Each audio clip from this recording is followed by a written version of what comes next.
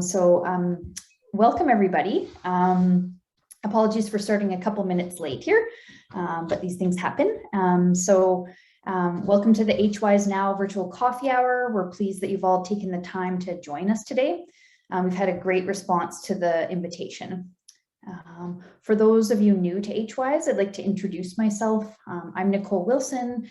I'm a person of settler origin. I'm an assistant professor and Canada Research Chair in the Clayton H. Riddell Faculty of Environment, Earth and Resources at the University of Manitoba. I'm also a member of the Household Water Insecurity Experiences, or HWISE Research Coordination Network. For anyone who's unfamiliar, HWISE is a collaboration that has been ongoing for many years.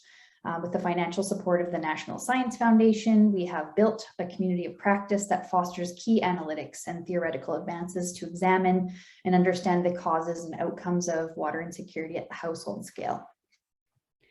In this virtual format, we're all coming from different locations, but I wanted to take a moment to acknowledge that I'm located in Winnipeg, Manitoba, on the original lands of the Anishinaabe, Cree, Oji-Cree, Dakota, and Dene peoples, and on the homeland of the Métis Nation.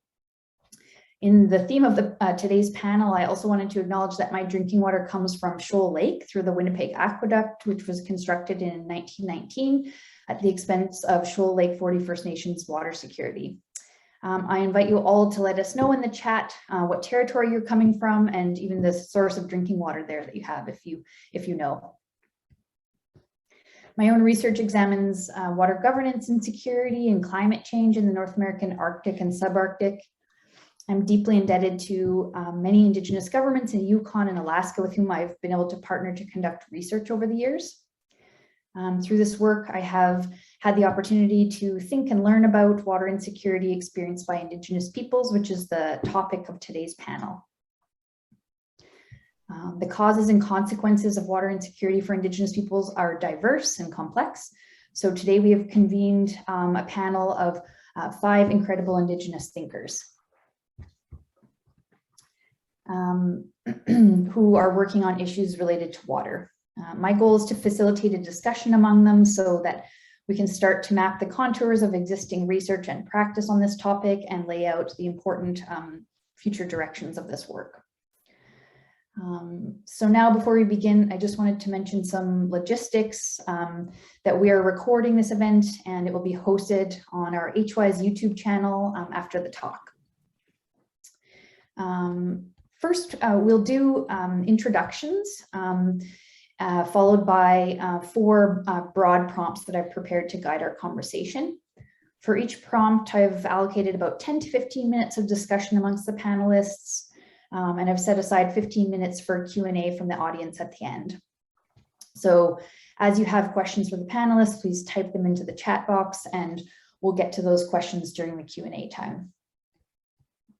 Finally, I'd like to say that for members of the audience who would like to learn more or join the HWISE community of practice, you can visit hwise-rcn.org. So now let's begin. I'd like to start with introductions. So our panelists are Rachel Arsenault, Andrew Curley, Deborah McGrath, and Teresa Montoya, as well as Janine Yazzie, who hopefully will be joining us shortly. I've asked each of the panelists to first introduce themselves and explain how their work is oriented towards issues of Indigenous water insecurity. So maybe we'll just start in that same order with Rachel, if you'd want to start off. Thank you, Nicole. Ani, Nimkib Nashinwekwe Dijnakas, Wikwam Kong Donjuba, Gigun Dodem. Good afternoon. My English name is Rachel Arsenault, and I'm an Anishinaabe from Wikwam Unceded First Nation on Manitoulin Island. So I began my journey researching water security after receiving some advice from a person named Kathleen Padulo, who is the Environment Director at the Chiefs of Ontario office in Toronto. So I began researching water security in First Nations while completing a master's degree in Indigenous Relations at Laurentian University. And while completing my degree, I learned a lot about the Indigenous relationships to water and how many Indigenous cultures across Ontario and Canada and the US as well share similar cultural beliefs, protocols, and values around water. In addition, before I completed my degree, I also learned that many Indigenous cultural beliefs, protocols, and values around water and our relationships with water are global. So many of you have probably heard of the Maori in New Zealand establishing personhood status for water, so that water protection and conservation became a right for the water itself. And this didn't stop with water. There are a few Indigenous nations around the world that are seeking personhood rights for their environments. So my earliest teachings on water have taught me that I have a responsibility and I'm accountable not only to those Indigenous peoples that have shared their knowledge with me, people like Kathleen Padulo, Rhonda Gagnon, Mike McKay, and several youth, knowledge keepers, chiefs, and counselors, but I'm also responsible as an Anishinaabe to keep speaking for the water so that water is respected, protected, and conserved for us present generations, for future generations, for the animals and plants that also rely on water, and also for the water itself.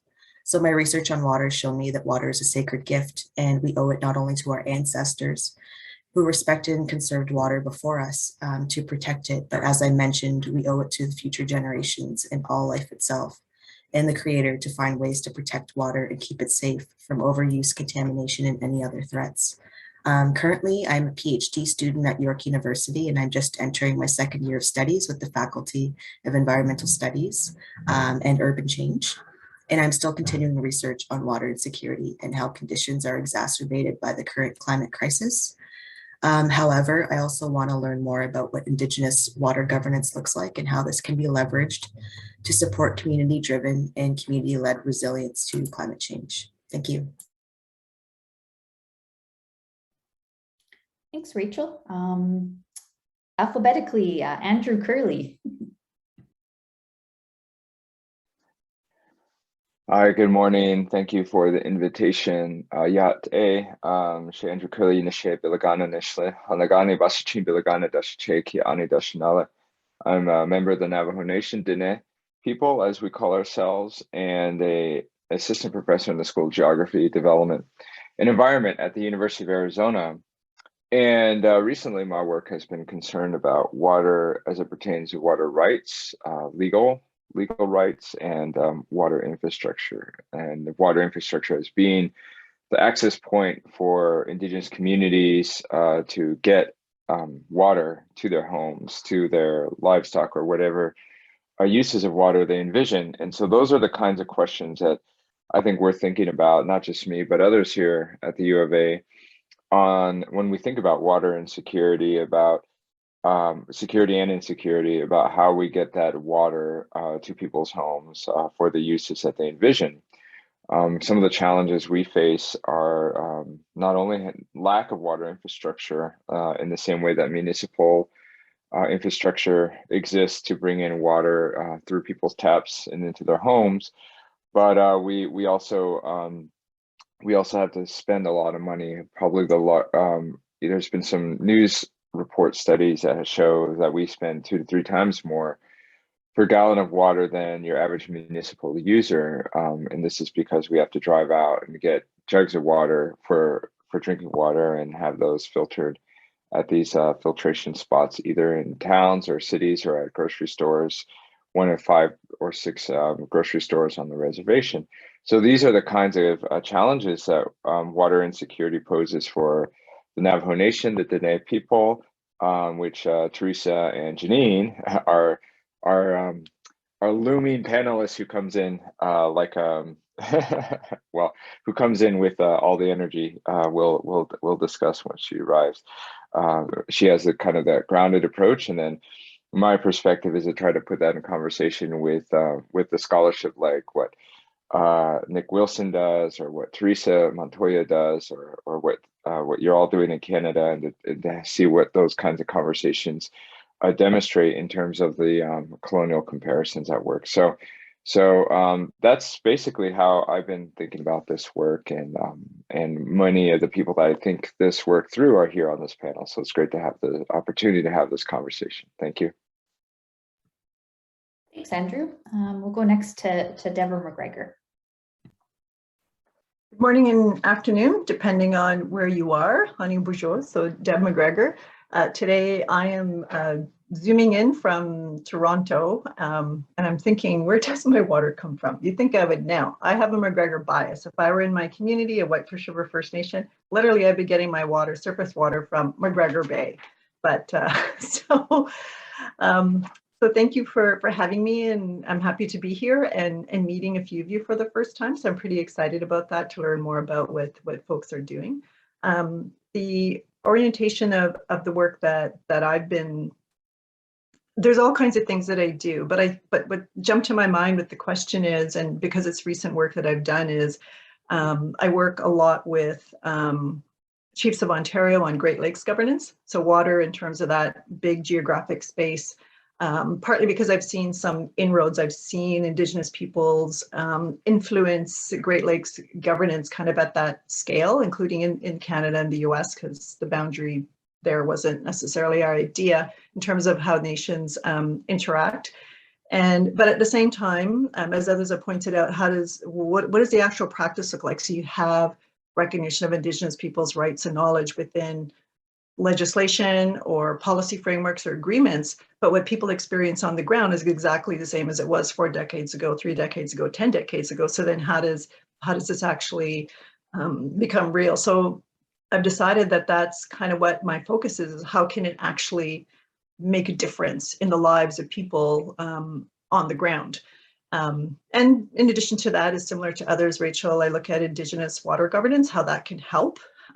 Water ontologies, drawing on some of the work that Nicole and others have done, which is, how do we even understand water in the first place? Do we understand water in the dictionary definition of a colorless, odorless fluid made up of these chemical compounds, or do we understand water as a relative and an entity with rights? So that's another area that I'm also very interested in working on and trying to understand and figuring out how that can work in any kind of governance, not just Indigenous water governance, but water governance where that perspective is lacking. So happy to chat with you more about these issues, and thank you for having me. Oh, thanks, Deb. Teresa Montoya. Hello, everyone. Yate, thank you. She Teresa Montoya Yanishe, Tatne Zani Nishle, Biligane Bashish Chin, Eshihne Dashiche Ado Nakai Dashinale. I'm also a Dene, like Andrew.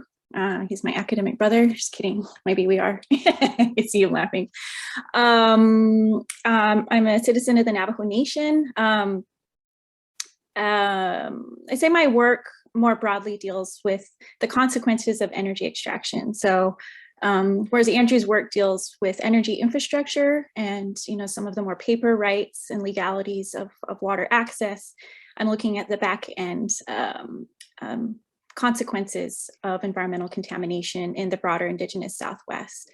So as many of you may already know, the Colorado Plateau is a region that is rich with uranium deposits, which has led to an overabundant extraction of these minerals over the past century. In my ongoing research, I've looked at various case studies of environmental disaster in the Indigenous Southwest, and looking at how the Navajo Nation has responded to these disasters, and the strategic ways that Dene communities are able to navigate through jurisdictional and regulatory challenges. So a lot of my research actually focuses more on the limitations and also the possibilities for other types of sovereignty that are enacted because of the consequence of this ongoing contamination. And I really liked your prompt, Nicole, of thinking about our drinking water. So even though my homelands are in the Southwest, in Northern Arizona, currently I live in Chicago, where I'm a faculty at the University of Chicago in the Department of Anthropology. So this is a land that is abundant with water. So I've been learning a lot more from my Anishinaabe friends up here about these relationships to water. So Chicago, for instance, takes its water from Lake Michigan, which is a very large, one of the largest freshwater sources in the continental US. This also has a long history of settler intervention. So the Chicago River, actually the flow of the river was reversed through these feats of engineering. But there's a lot of contamination and concerns around lead in the pipes and infrastructure in Chicago. So yeah, I don't know as much about the ongoing contamination issues as I do about the Southwest, but I'm trying to learn linkages between my homelands in the Southwest and the Indigenous Midwest here. So thank you for having me. Great, thank you so much, everyone, for being here today. I'm going to start off, going to go into the panel questions. So, like I said, there's 4 broad questions, and I hope this, discussion, and I know with this group it will be more or less natural because we have a lot to talk about amongst ourselves. But I'll start with the first question. What do we as water insecurity scholars and practitioners know about water insecurity in Indigenous peoples, particularly in settler-colonial states? In particular, what is the existing research and practice telling us? And you can just popcorn whoever wants to go first. I can go first. So with the research that I've done so far on how Indigenous communities in Ontario are impacted by water insecurity, I've seen evidence of this all over the province. In the northwestern part of the province, as you were talking or speaking about earlier, Nicole, there's a community that was made into a man-made island to supply the city of Winnipeg with running water back in 1919. So Nicole, you and I discussed this in a paper that we did with both Teresa and Andrew Curley. So not only did this community called Shoal Lake suffer the impacts of water insecurity because being isolated prevented them from building essential infrastructure such as schools and water treatment plants, but they were also not connected to the Trans-Canada Highway until 2019, which was the year that they were finally able to begin building their essential infrastructure. And there's another community that's not far from Shoal Lake called Grassy Narrows, which has received a lot of media attention because mercury was dumped into their water system in the 1960s, and they're still dealing with this. And then for many communities in the middle of the province, and even some in the southern part of the province, there are issues with both well water systems and water treatment plants. When I began my research in 2016, well treatment systems were not being funded by governments, and communities either had to assist those band members which had well systems or let them fend for themselves. And in many cases, both the band members and the reserves themselves had a hard time keeping up with the costs for maintenance on those systems. And then in terms of water treatment plants, many of them are operating at capacity in several communities, and this severely limits community growth. So not all communities want water treatment plants for this reason. So those are a few of the issues in Canada that I've been learning about, and I'll turn it over to whoever wants to go next. I'll go next. I'm going to play tag though. I'm going to call somebody out when my turn is over. So I think probably surprisingly in the work that I do and what I call the circles I find myself in, colonialism is still really hard for policy folks, governance folks, even within sometimes Indigenous communities to kind of wrap their heads around in terms of that being the impact. Like the legacy of it is still there in Canada through the Indian Act, which regulates sort of on reserve how water management, not even governance, takes place. So how that still impacts, and that's very hard for folks to wrap their heads around, because you kind of have to focus on deconstructing that or decolonizing that or undoing that in order for Indigenous peoples to not consistently, in the Canadian context, particularly First Nations, be in a state of water crisis. So I find that very hard because that's not a conversation that people really feel comfortable, having.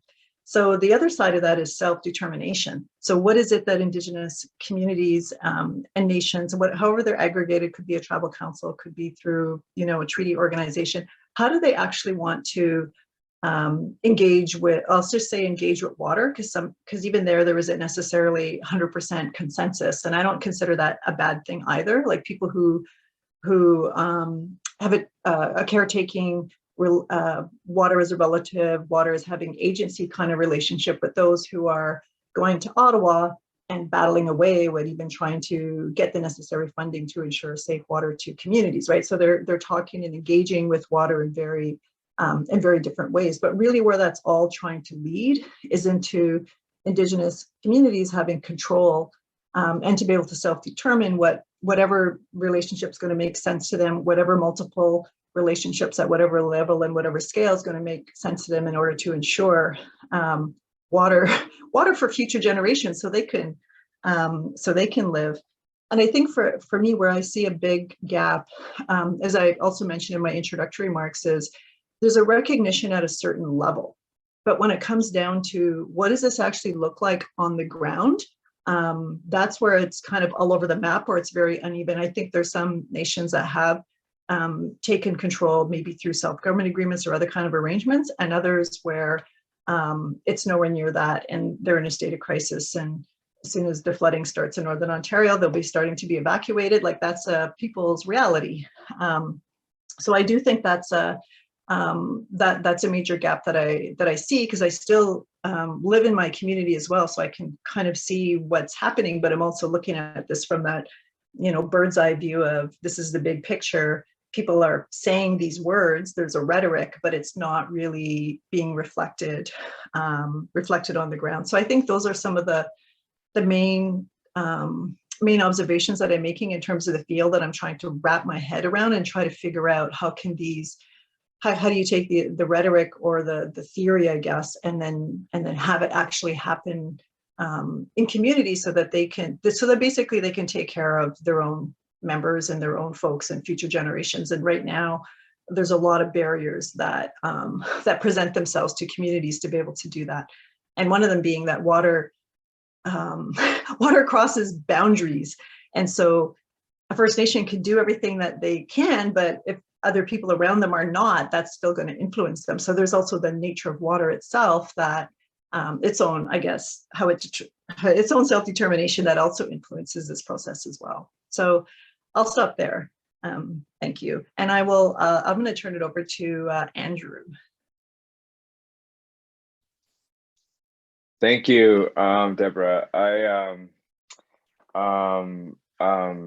think there's a couple of larger issues that I was thinking about when I was reflecting on this prompt about what is it that we know about water insecurity, and what does the existing research tell us in our communities. And I was trying to think about it because there's different kinds of literatures that are addressing this issue, and quite honestly, my engagement with water security and security literature is quite limited.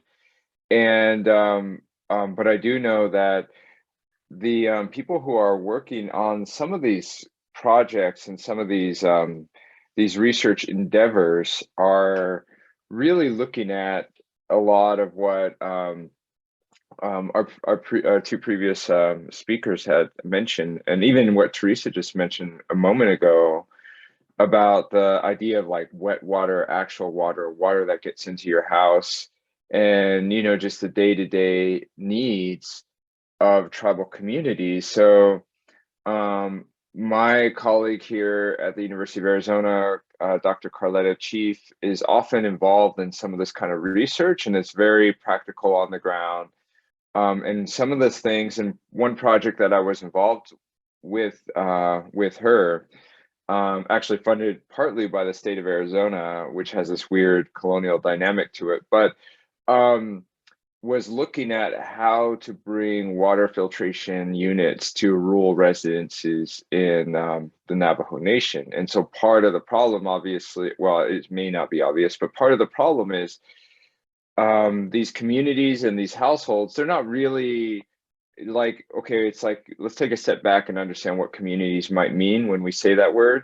And sometimes we think about it as like a village or, a bunch of houses next to each other. And in Dene a society, that's not often how people lived. And there are sometimes clusters of houses, and there are often houses that are a little bit further removed from one house, and there's a lot of space between the home sites. And this is a lot having to do with our sheep herding traditions, you know, needing some land in order to do that kind of lifestyle. And consequently, you don't have these infrastructures going directly to one. Tucson, where I'm zooming in from, where everybody.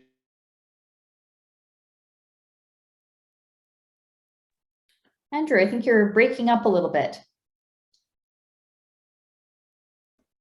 Can the three other panelists still hear me? Yeah, I think he froze. Okay. So maybe we'll just, we'll come back to Andrew. Oh, there you are. Oh, there you are. Now you're back. Yeah. It says my internet is unstable. So that's on me. It's my internet infrastructure is not any good. So so I was just trying to say that there's that kind of problem. And then I'm sorry, I have a lot to say about this, so I'm going to try to summarize as quick as I can. And then the other aspect, the work that I kind of look at more, looking at the legal rights and the colonial infrastructures, is to think about how these water systems came to be in the first place.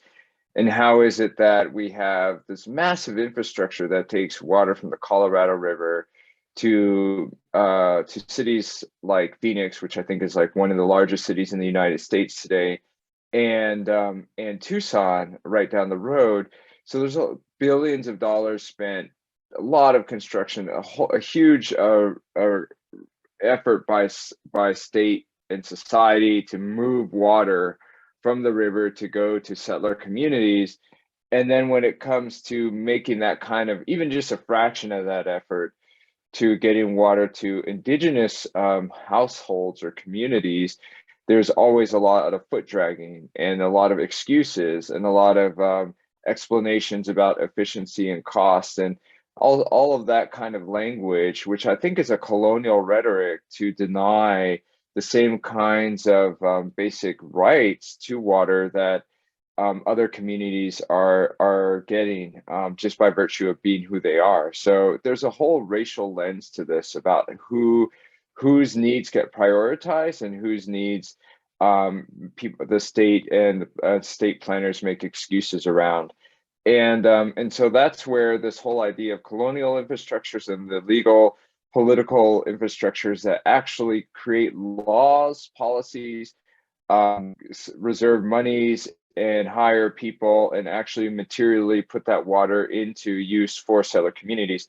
All of that is designed, in effect, to move water away from its natural path to these new sites of settlement, and sometimes indifferent and sometimes outright just taking indigenous water.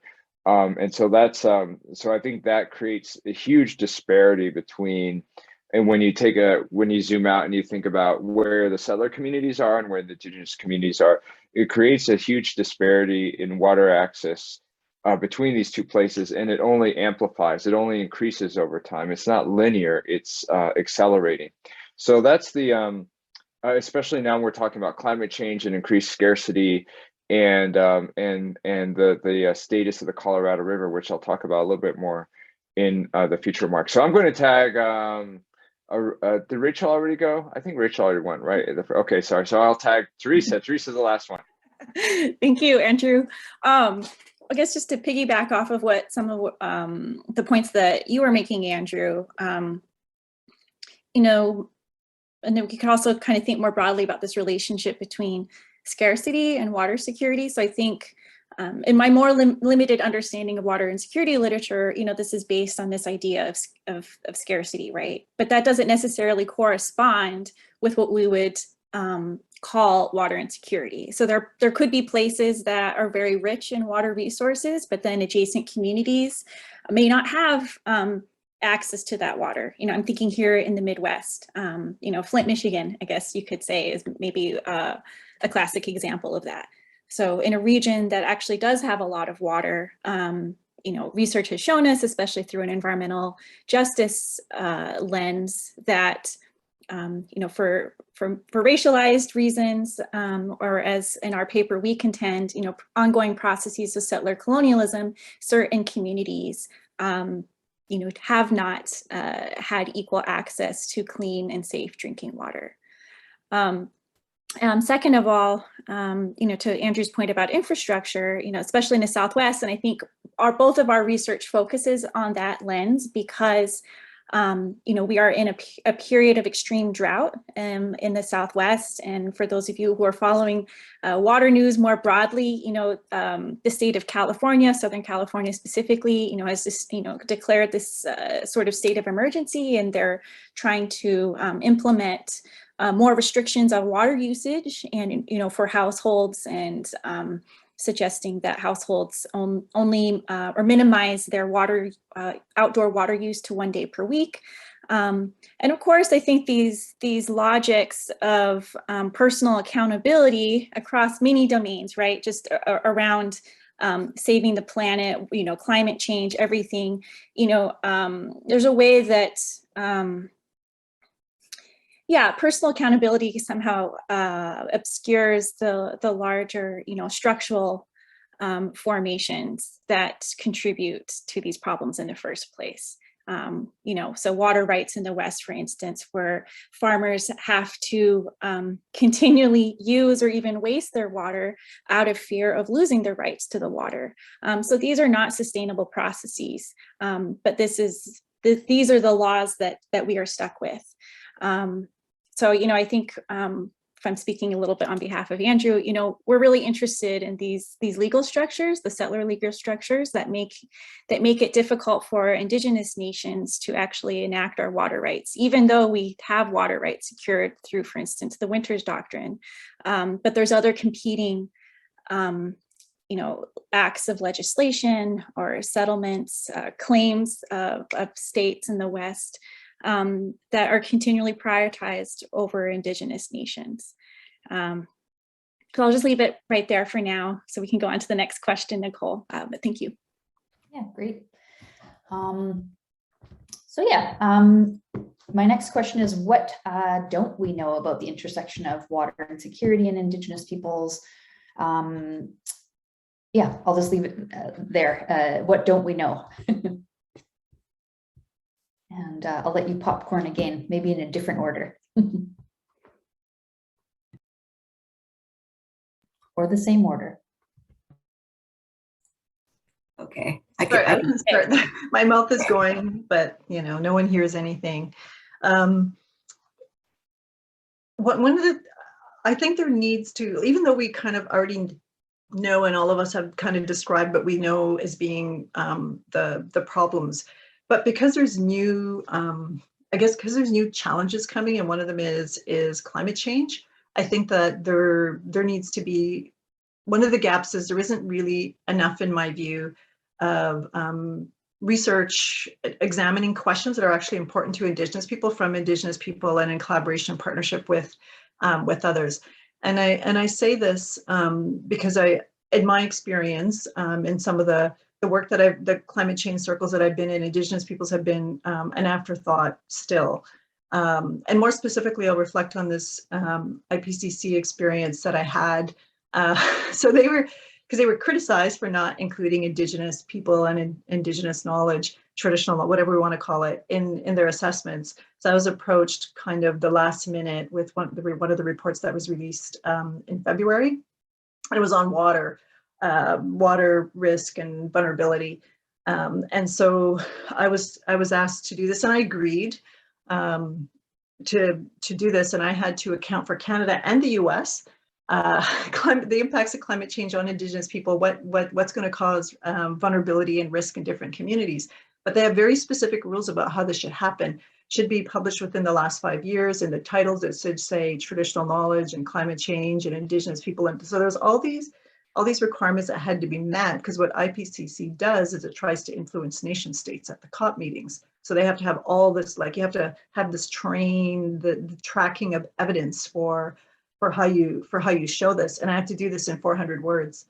And it was actually really hard to do it, because there's a growing scholarship. So maybe 20 years ago it was harder to find the Teresas and the Andrews and the Rachels and the Nicoles like writing about this, but now you can find it, but it wasn't fitting into their parameters. And it was harder to find specifically what is going to be the impact of climate change on communities and future climate change scenarios, right? Because in Teresa's talked about drought, but in Northern Ontario, there's going to be flood. Like it's different. It's a different kind of scenario. So it's not the same. I had to somehow account for this. And for Inuit, it's like ice. Like people think about water so differently. So I found that there was a real lack of me being able to meet these requirements. I was able to do it because I only had 400 words anyway. But then I saw that there was a need. I thought, we don't even have the body and knowledge that we need to really truly understand this. And in my view, so a lot of this is being done for IPCC. But I really thought this kind of knowledge that's being generated that myself and others were able to do, even though the 400 words wasn't really going to be terribly useful to Indigenous communities, I thought they need to know this. They need to know, they need to have this so they can ensure, water security for their future generations. That's a primary concern of my community. We're pretty lucky, like where I am, we're literally surrounded by water, and it's pretty good water, the treated water. Although I'm able to take surface water after it's filtered and whatever else, but people, they don't know, and therefore they cannot plan for this, even if they're in a fairly decent situation, let alone people who are in a very vulnerable and at-risk situation. So then I realized we don't have this and we don't know. And the reason is, I say to folks is 20 years ago, 30 years ago, 10 years ago, people didn't ask these questions. Like people didn't ask Indigenous people what the big questions were and devote resources to understanding that. So I did notice this huge gap.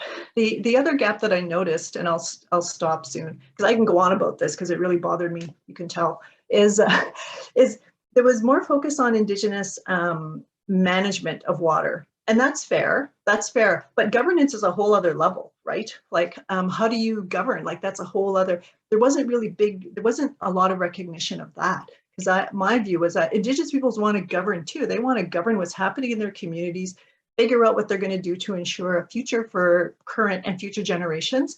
And they need access to information. People need to share with them in a way that they can actually govern and make decisions. They're not just managers, they are, but that's sort of like the level that Indigenous peoples get kind of put into, if you're lucky, right? Or you're a local user, right? So many of you know this.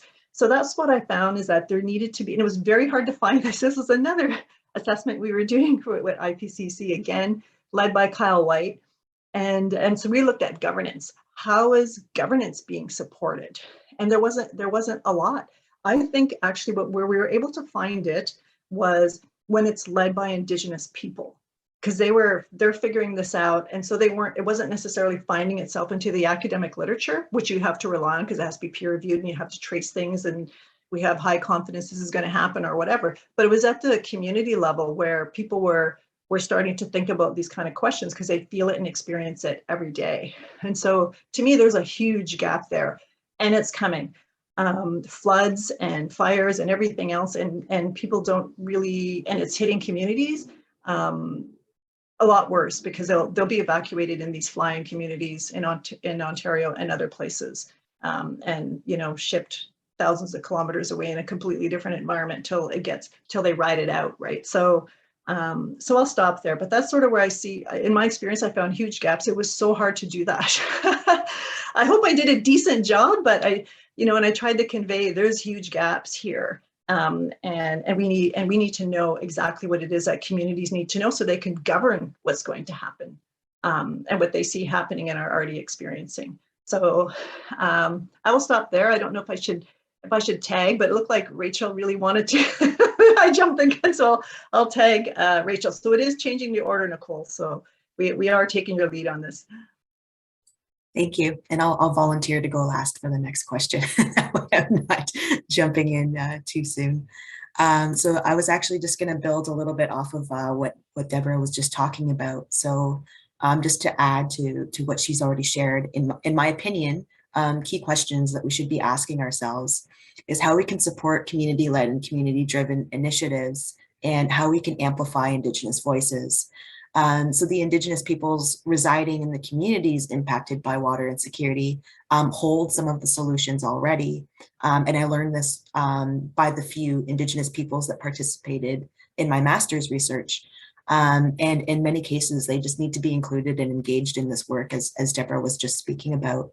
And I think a big part of the reason why this water crisis has gone on so long in Canada, just like Deborah was just saying, is because either this wasn't being done in some cases or not enough in others. And we should also be asking ourselves what Indigenous water governance looks like and how we as researchers can support this. So Deborah McGrath, who was just speaking, and who's also my PhD supervisor, actually taught me this and reminds me to ask this question in my own research as often as possible. So I just wanted to put those thoughts out there. I'll jump in. Thank you both for these provocative thoughts. Actually, this reminds me, Deborah, of when we had that conversation, the Newberry panel last year, when we were talking about climate change. Yeah, I think I'm really inspired by the work that you've been doing with the IPCC. And I think I want to draw attention to, this category of Indigenous, right? So at the international level, the UN level, there's a way that the category of Indigenous, conflates all Indigenous people to a singular category.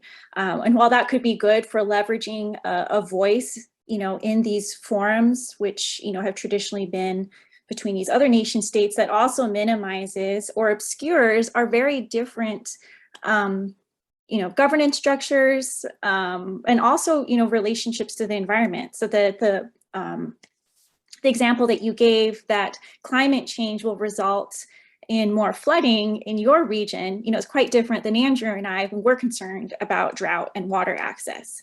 So these are like, polar opposites, really, when we're thinking of anticipated problems and challenges that arise from warming Earth. So because of that, I am concerned about, the limitations of these, international structures when we're just working with a category of just Indigenous or delegations just of Indigenous people writ large. And you kind of spoke a lot about that within that other panel. I'll share it in the link here for folks who want to listen to that conversation. In any case, yeah, it's like, how can we maintain the integrity of each of our independent nations and the issues that we're contending with, but while also building a solidarity, at a global scale with other Indigenous nations. So we all have a different relationship to settler colonialism, even though we're all subsumed by it. And I think that was one of the points we were trying to make in our paper together. We had this comparative case study approach, and it was very fruitful for me to learn more about First Nations water crisis issues, because I kind of knew about this in a very, elementary understanding, right? But to be in conversation with both you and Rachel and Nicole, as we were putting together our literature review, and to better understand some of the complexities of, what it means, for a First Nation to have, water security issues vis-a-vis the state, is very different than what it looks like for Andrew and I. But nevertheless, this is a problem of settler colonial water governance that Indigenous peoples are facing. And I'll popcorn it over to Andrew. I am the last one. Again, going back and forth. What don't we know? And I was just going to make a stupid joke. Oh, we don't know what Janine was going to say. It's funny to me. But actually, there's a lot about this question that I'm thinking about, because with what is pre-existing colonial Indigenous governance, that's what I wrote down in my notes, and I think that echoes what Rachel just said. I think part of the problem we face is, like, when we're critiquing settler infrastructures and we're critiquing the whole system that we're talking about, like, we need to we're looking at like Navajo or other tribal members, tribal hydrologists, people who are working to make claims, people who are maybe working in water rights units within their tribal governments, or within their or within the state, advocating for tribal nations. I'm a little bit aware of the terminology difference with Canadians don't like the word tribe, and that's actually a terminology used here in the US. So I'm trying to be mindful of that, sorry. But what ends up happening is we're trying to catch up to keep up with this colonial system, right? We're all like, oh, let's get our, let's quantify how much water is coming through this creek. And then we can say this is how much water we can claim in a future water rights settlement with the state government. Now, what's happening in the background is that the state government is placing those kinds of water claims within its budget of water rights that it's already reserved for itself through interstate compacts that are, like in this case with the Colorado Compact, already nearly 100 years old today. And that's something Teresa and I are working on right now is our response to that 100 years out. But but what the problem is, and when I'm like going around and I'm saying this whole system is colonial and we need to get rid of these dams because the dams are the sources of climate change on the Colorado River as much as our changing climate. These are huge intrusions on our environments, on the ecosystems, and have created a lot of these problems that we're discussing today. We've created the water insecurity in the first place. And when we talk about that, we raise these issues, these kind of radical solutions. But you have to envision those kinds of possibilities. People are like, well, if you don't agree with the settler system, our current way of conceptualizing water, even quantifying it in terms of acre feet and other kinds of metrics, how is it that what do you think Indigenous water governance is? You refer to it, but what does that actually look like? And I think that's a challenge, and it's always put, it's kind of a poor excuse to say, oh, we keep things the way they are because you're not articulating a whole larger system that is similar and that can replace this existing system. But at the same time, I think it is incumbent on us to think about that a little bit and to say, okay, what is it that we do different with water than what these colonial governments do? How is it that we approach water? And I think there are some fundamental ontological differences. Those are some of the things that I think are referred to in everybody's work here. And to think about the water as a source of life, for example, like when we say to'e na, or I forget the what they were saying at Standing Rock. I know what they said, but I always mispronounce it because I don't speak that language. Mini Wachoni, is that how you say it? And it's the same kind of idea. And it's to put a little bit more primacy in the value of water beyond just an acre foot, beyond something that you use for irrigation or for diversion or for crops or for as a cash, as a basis, as a subsidy for some sort of industrial agriculture, which is how Arizona, California, and southwestern Colorado has thought about water. And so it's like, okay, if we start from that fundamental difference in values and how we value it, then how do we think about our governance moving forward, which I think was a word that we've been using in this question. What would an Indigenous governance over water look like compared against the existing water diversions and schemes that the settler states have put forward? And the thing is, we don't have to be super imaginative. We can look historically at these questions and say, okay, look at the Hohokam civilization here in the Salt River, Gila River valleys, and how they diverted water, how they put water to use, and look at existing practices and see what were the rules, what were the regulations around the practices that predate the colonial intrusions and actually are still existing practices for many tribal nations. And so anyway, so this is a long-winded answer because we're talking about the realm of what we don't know.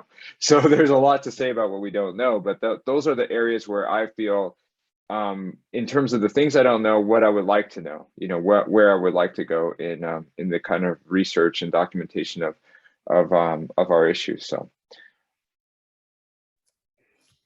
Thanks, Andrew. And that flows in really well to the next question. So what theoretical, analytical, or applied frameworks are necessary for addressing water insecurity for Indigenous peoples?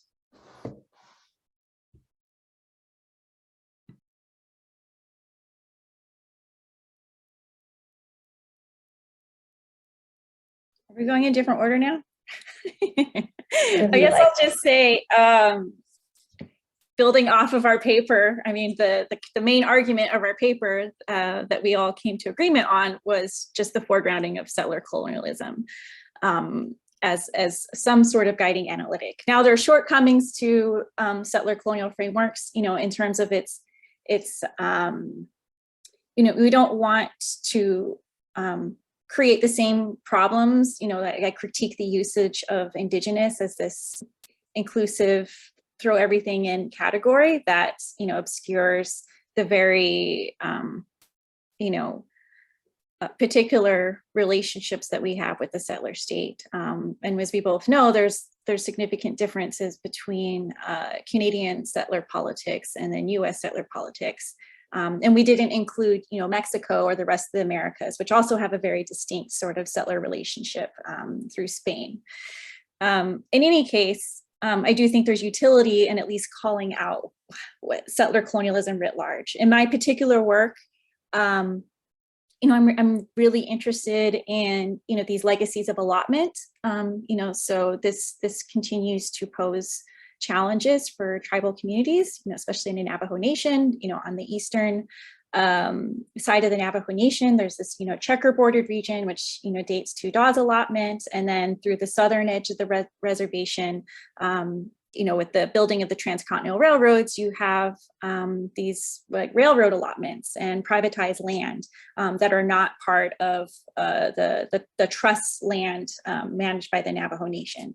So it's those very particular instances where you can see, the material manifestation of dispossession in the late 19th century and how that actually connects to the ability for the Navajo Nation to say, regulate water on a particular piece of land that's occupied by Dene people, but for a number of reasons is not technically part of the Navajo Nation.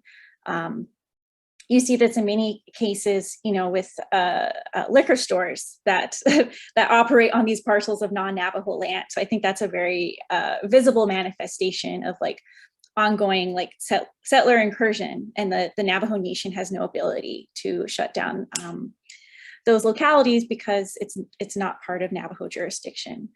I'll just leave it at that. But I don't know if I should popcorn to Andrew since we're doing this pairing of Navajos and then First Nations folks.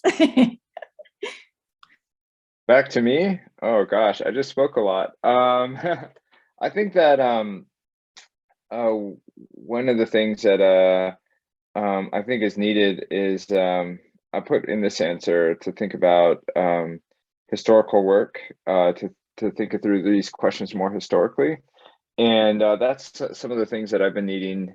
That's been helpful for me to understand the dynamics at play. When I'm seeing these situations on the ground, and I'm actually taking a step back. The way I got involved in water work was looking at it through. Well, I started researching coal and the coal economy on the Navajo Nation, and then I learned in the course of that our coal economy was established and built around this need to move water from the Colorado River into Phoenix and Tucson.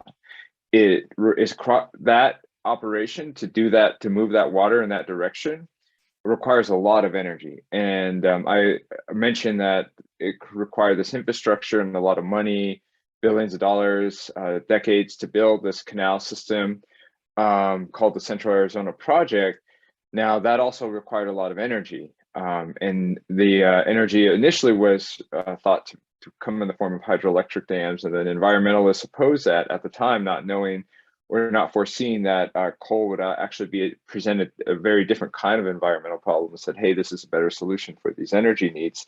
We don't want to disrupt the Grand Canyon. So what ends up happening is we have this huge entrenched coal economy in the reservation, in the Navajo Nation, and it's supplying 90% of the power needed to move that water into Phoenix and Tucson. And to this day, that infrastructure, that Central Arizona Project, is the largest energy consumer in the state of Arizona. So it's like a massive thing. It requires so much non-natural stuff to make this thing possible, right? To create this non-natural type of environment in which we live. And it really poses these like really interesting questions and dilemmas about like, what is it that we're doing here living in the desert the way we do? But you know, in order to appreciate that, I think, you know, looking at all of these questions historically and seeing over time the formations of these socio-economic differences and how they're built on existing political differences, the legacies of the you know, we mentioned the Indian Act in Canada, where we have like the Indian Reorganization Act and the United States in the 1930s, that's building off of like notions of manifest destiny going back to law that's almost 200 years old now. And so all of these things kind of compound over time to create the basis of the difference that are realized or are visible in, you know, when you go on site and see water insecurity, when you see somebody not having water coming out of their tap, it's really containing all of those issues, you know, legacies of law, policy, decision, violence, displacement, and infrastructures that are geared towards other communities.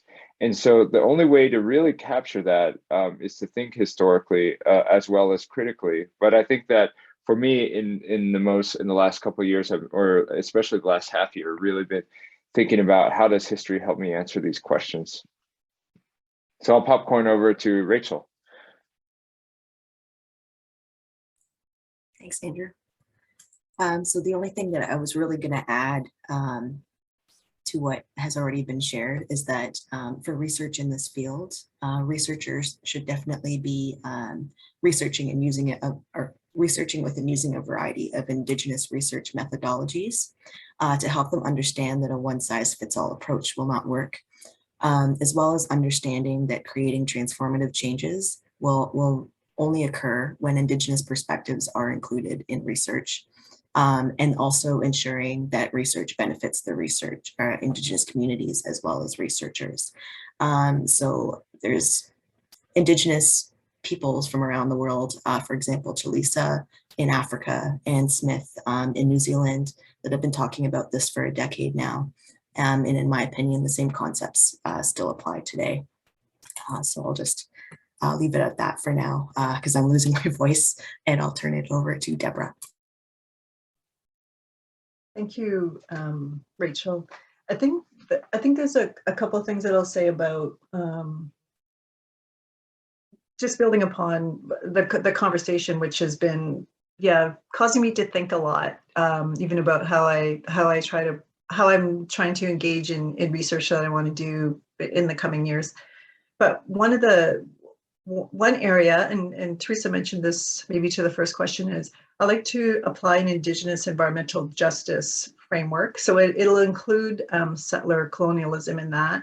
And the framing of it Indigenous means that it's going to come centrally from an Indigenous place. So it's going to be based on that worldview, that ontology of how we understand our relations to the natural world and to each other, including to settler colonialism, because it's here and we were having to relate to that over the last few centuries.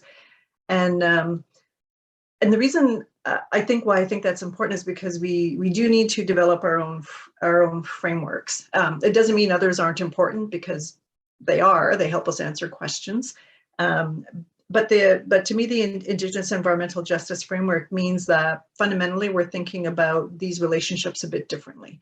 So in some of the work that I did initially, because I had no idea what to do with the concept, because I took this Canada Research Chair in Indigenous environmental justice, and really I had no idea what that was in the field, because it was more US based, and it's starting to come into Canada more recently. And I tend to go back to what I call the stories. What do people on the ground say about this? And they would talk about how this is long before the rights of nature discourse and personhood in nature. And they would say that people didn't have the right to interfere with what the responsibilities of the natural world were in relation to water. Was in the Anishinaabe context and Haudenosaunee, because I was working in a Six Nations community at the time, water's responsibility is to give life, but there's also a duality there, because if you don't respect water's responsibilities, then that can turn on you. It'll not end well for people if you're violating what it is that water is supposed to be doing. So I started to think about that a little. I'm thinking about it more in terms of responsibilities and rights, because that was the language that was being used. And then I realized it was a very different idea and concept or ideology about what that was. So in part, it kind of gets to what Andrew was talking about. When we're saying this, what do we mean and what does that look like? And what I often say, I often actually start most of my presentations this way, in North American context anyway, is that Indigenous peoples were here for thousands of years. So we were doing this. This is exactly what we were doing for thousands of years, like really most of our history. That's what we were doing based on our own worldview. And we didn't say static. Of course, we moved and we changed and we interacted with other nations, but we learned on our own terms as opposed to forced. And so that's really most of the history here that Andrew talked about. So what does that look like, and how do you make sense of that into the context that we're dealing with now? A lot of folks that I work with, elders or knowledge holders, will say people need our knowledge because they're not solving this at whatever scale. So they need us, and they need our knowledge appropriately. It's not like willy-nilly. There's appropriate ways to deal with this. So to me, that framework kind of works for me. Another framework that I'm finding kind of interesting, and I'm wrapping my head around it now, is some of the work that's coming from Indigenous geographer, Cree scholar Michelle Daigle, or the legal scholar Aaron Mills and others. And what they're talking about is these ideas of kinship. Kinship with around constitutionalism and in terms of rights and in terms of justice. And these ideas relate to, so for example, in the Great Lakes, so a lot of my ancestors actually came from around the Wisconsin area because they were escaping what was going on there. So they're Potawatomi actually, and mostly Potawatomi rather than Anishinaabe actually. So they came up to Manitoulin, but so there's other nations have done that, established communities, but they're referred to by the Canadian state as interlopers. You're not really from here, like you have no rights. That's kind of what they're being told. And so this other framework of kinship's coming in and saying, actually, you're wrong, because we have these ideas of kinship for Haudenosaunee and Anishinaabe, that's a clan system, but they're not. They have every right to be in the Great Lakes because they're part of the kin. So kin becomes a way of relating politically and in terms of governance and in terms of rights. Darlene Johnston looked at this from a legal framework, like our kinship in relation through the clan system. So I'm becoming really interested in that and how that can disrupt that kind of what Andrew was talking about. Like, how do we, because you kind of have to disrupt the current framework that we're trying so hard to have the human rights to a lot of the times, and sort of pushing the boundaries on what actually do we envision then? What does that look like? And we had that really for most of our history, thousands and thousands of years, but we're up against, different forces, including environmental, ecological changes. But how do we have these other ideas that are so central to who we are and our identity play a role, an important role in how we understand what's going on and how we push for change? So that's something I've become really interested in recently. It's not, I haven't thought about my work that way, but it's starting to emerge. And partly it's to, I think it's partly also to expand the idea of place-based, which is really important. Like Anishinaabe and Manitoulin Island, this is what we do, but also expands like what our influence can be, as Teresa talked about. What does it mean to be Indigenous at these different scales? It expands what that influence could be. How can Anishinaabe relate to Dene? What can we share in order to help us deal with whatever water insecurity issues that we might be facing? Is there a kinship there that we can work on that becomes the basis of how we want to achieve water security for future respectively in our generation? So that's sort of a one that's really come to mind recently that I'm starting to figure out how to work with that. Because as Andrew pointed out, I get that question, you're advocating for Indigenous environmental or water governance, what does that look like?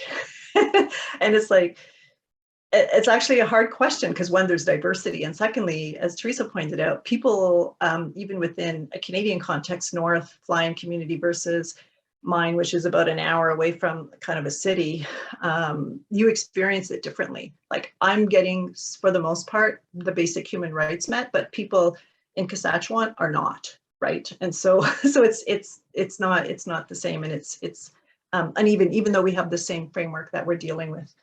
So obviously this is something I'm thinking about, and I talked way too much. And next time I will go last. So, or maybe I did go last, but so that others have a chance to talk. But learning so much here, and happy to be on this panel and learning from my colleagues. Miigwech. Thanks so much. And I think everyone did go on that question, unless I missed something. So we did have a fourth question, but given that we are just about at our Q&A session, our Q&A time, I thought maybe we'd shift over to that to see if any of the audience members have questions. I think you can drop them in the chat or use I think you can use the raise hand function. So while you're thinking of your questions, I did have a thought in, listening to what all of you were talking about. So this is a call thinking about, and this is a network thinking about household water insecurity. So I'm wondering, and this is actually something I've had conversations with some of you about, like, what do we think about when we're thinking about Indigenous water insecurity? How useful is the household scale, and yeah, what is the relationship between that and kind of broader territorial scale, or even beyond that, in terms of water insecurity? So I've heard a lot of you talk about how it's not just about drinking water that comes from your tap, but it's much broader than that. So I'm curious to know if anyone has anything to say about that.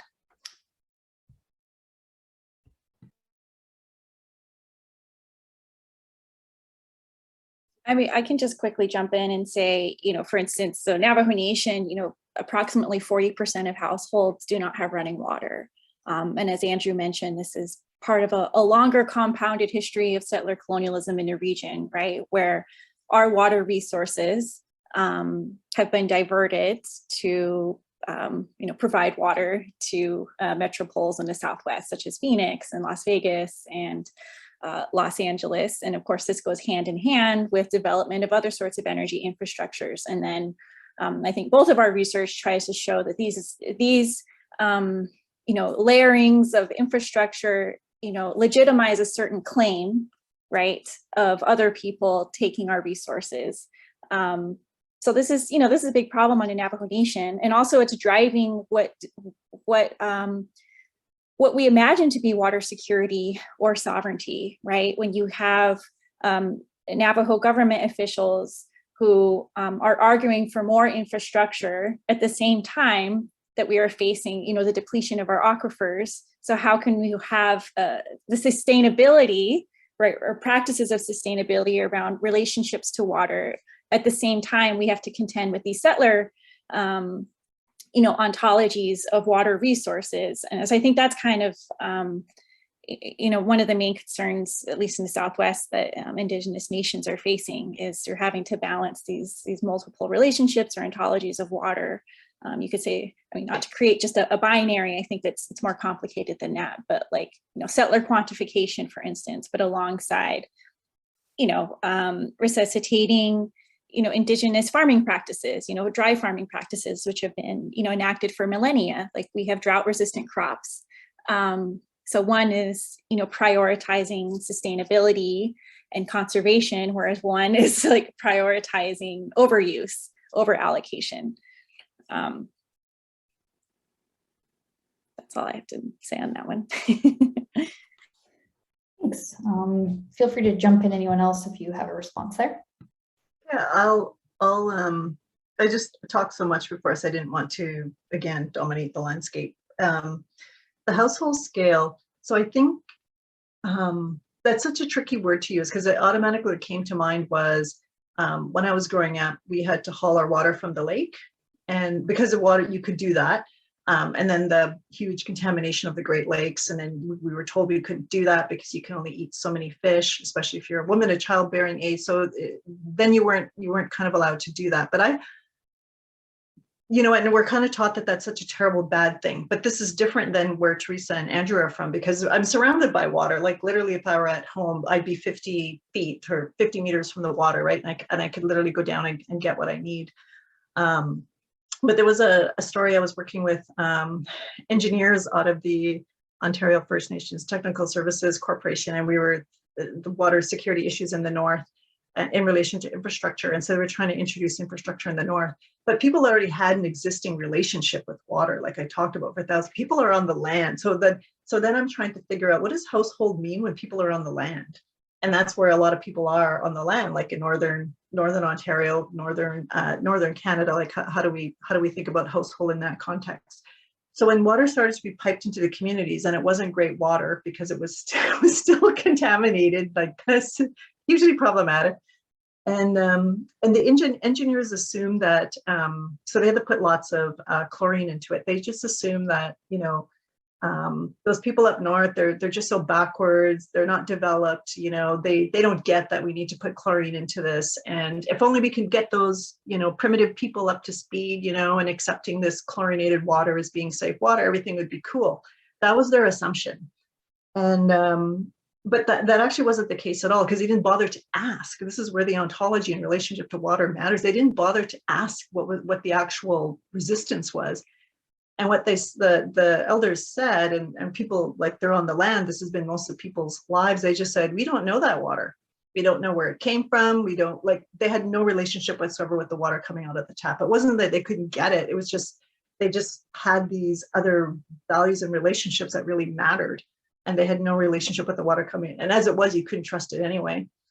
So you still had to boil it. So, but they didn't get that. And so your solution isn't going to be appropriate to the community because you don't actually understand where they're coming from. You just make these assumptions based on, I call it the 1970s sort of development assumptions about Indigenous people. So nobody was coming up with novel and innovative kind of solutions. So when you say household, I think about that. So it was coming into the household, but still it wasn't safe. It still has to be boiled. If you go to Ottawapiskat, you still have to boil the water before you can drink it, even when it is coming out of the tap.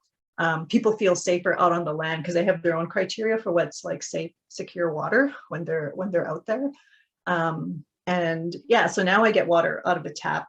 And again, when I'm up north, I know exactly where that's coming from, and I'm very aware of what's happening around where that source is. So it's very yeah, so to me, these kind of relationships still matter. So how can thinking about water, household water security, still interact with these other kind of relationships in really dramatically different kind of circumstances that Andrew and Teresa talk about versus kind of what I see in the north and everything kind of in between. So anyway, that's kind of food for thought there. And this time I will stop and others folks can jump in.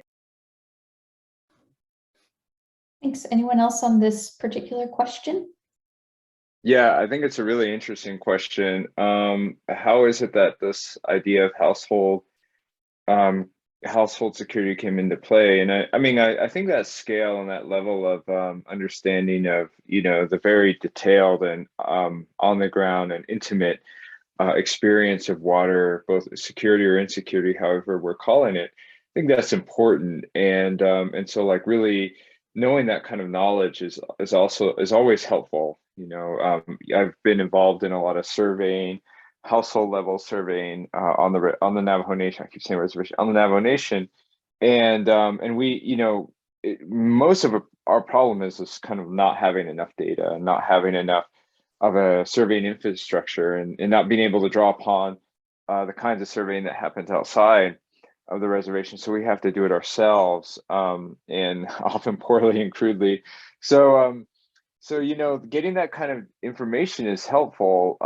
At the same time, it's like moving it out of like that sociological way of thinking about things, and because it tends to be about security, tends to be tied to modernization narratives in really funny ways, and I think that is moving against some of the other things that we're saying on this panel, which is like, oh, what is our historical practices? and how did we actually govern water in the past? And you know, this is where maybe we start to shift more towards geography in the way that we think about things, both in terms of water and place. I think that is how we've been thinking about it before, and not just like, oh, are we getting water out of the tap of our houses, but where do we know we have adequate water supply? Water security was like, where do we know the water is? And if you go, this is existing knowledge. This is not something you have to like, you know, go into some old records and find. This is something that you just talk to people, and you ask them about place names, and you say, hey, what is this place called? Where, you know, what is this, you know, what is the Dene or the Navajo term for this place, and what does that mean? And often we're talking about either rocks or water. So one of the two, and very descriptive, and it tells you what kind of water. The water quality is not just water. Even water itself is abstract, right? It's about where the water comes from. How is it coming from the earth? Is it coming like in the form of a falls? Is it a spring? Is it a creek? You know, there's all sorts of ways that we're thinking about it. And then even when you're talking about water coming from the aquifer, if you're thinking about it from wells, you know, there's water that you use for this purpose and water that you use for that purpose. It's almost like there's multiple kinds of water that people know about. And it's not like some sort of like great, you know, metaphysical question. It's a very grounded question that people learn through experience and, you know, knowing the quality of water just by how they use it.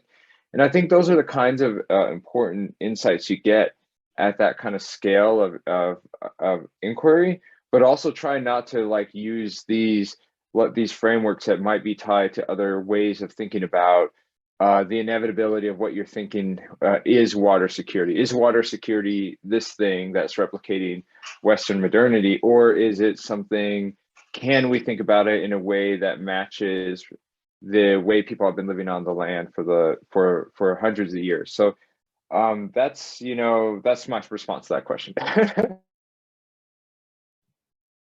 Thanks. Rachel, do you want to chime in on that? We also have another question in the chat as well, if not.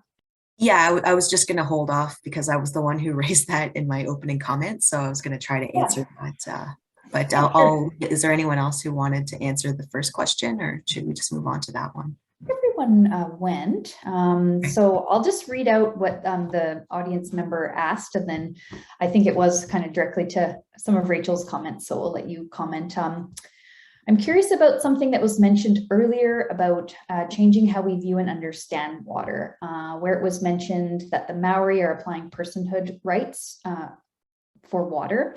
I'm wondering, what do you think are the future policy and legislation implications of this change if we were to do something about this in a North American context?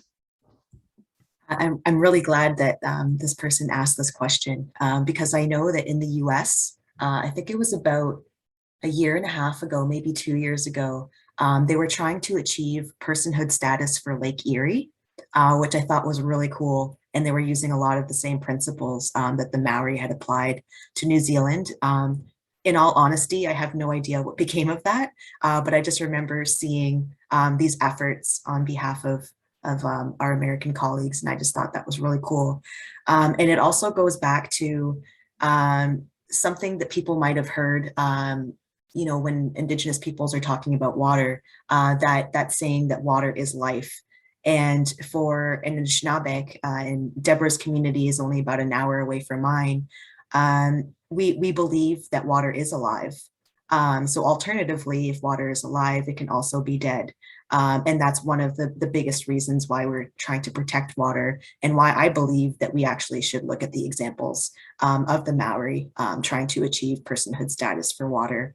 And it's also a really unique example of a shared Indigenous perspective on water, you know, that extends from North America all the way to New Zealand, which I think is pretty interesting.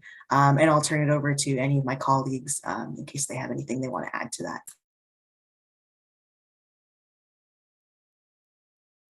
What I'll chime in with is, so in Canada, they did the Magpie River in the Innu area also recognize the rights of the river. And I believe Teresa and Andrew will know this better than me, is somewhere in the southwest there was a group trying to achieve either personhood or rights of the river, I think Klamath River. I just saw news around that. I actually didn't delve into it a lot to see the success or not success of how that was going to be achieved. But there's a couple things I wanted to say about it, because I was very keen on in the New Zealand context, because I think that was 2012. So think about it, it's already 10 years ago. And what ended up being their challenge, when we could travel, when I was there, I asked, like, how's that working out? Like, once you do this, like, how does this work? The challenge became governance. Like, how do you, because you had to still collaborate with the state, right?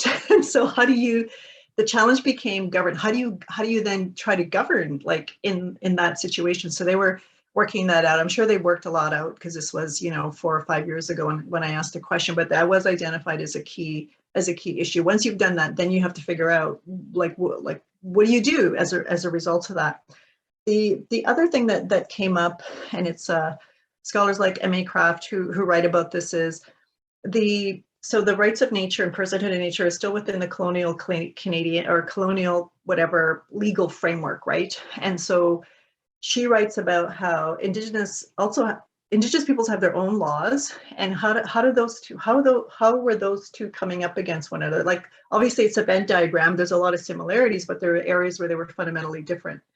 And one of them was that that water, like, so for example, the Great Lakes, so the late Josephine Mondawmin, who since passed away, she said all of them had a different personality. So these efforts to the Great Lakes must be recognized as having rights. It didn't make sense in an Anishinaabeg ontology, right? Because she said all of them had different personalities, or as Andrew said, different kinds of water have different purposes and different relationships with people, how people use it. So I think Indigenous legal frameworks need to become part of that conversation in order to sort of work out those nuances and realize that how this tribe in the United States, somewhere in southwestern United States, or maybe it was northwestern United States, was working that through in relation to their own legal frameworks, their own knowledge frameworks, how New Zealand is doing that, how the Innu are doing that in northern Labrador, and how that might look like in the Great Lakes is going to look very different, because even around the Great Lakes, it's not just Anishinaabe legal orders, it's also Haudenosaunee, which is actually 6 nations. So, and they also have their own laws and languages, right? So it becomes very complex. But I don't mean to raise that as a challenge. I think we need this kind of innovation. We need this kind of imagination. Obviously the status quo is not working. Every World Water Report that comes out has bad news. So we need innovation, we need creativity, we need to have different ideas and novel approaches to these questions that really kind of affect all life. So that's sort of some of the thinking that I've come across around. It's not necessarily my scholarship, but I've been paying attention to kind of see how it evolves and how that might work in relation to Indigenous legal orders. So with that, we've reached the end of our time here. So I'll just say thank you to all of these panelists who took the time to join us today and have this incredibly rich discussion. And thank you to all the audience members for coming out.